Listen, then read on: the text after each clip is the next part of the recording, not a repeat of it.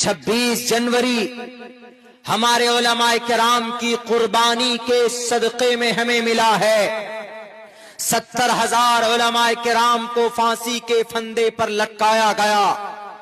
बताइए इन लोगों को क्या आजादी तुम्हें कहां से मिली?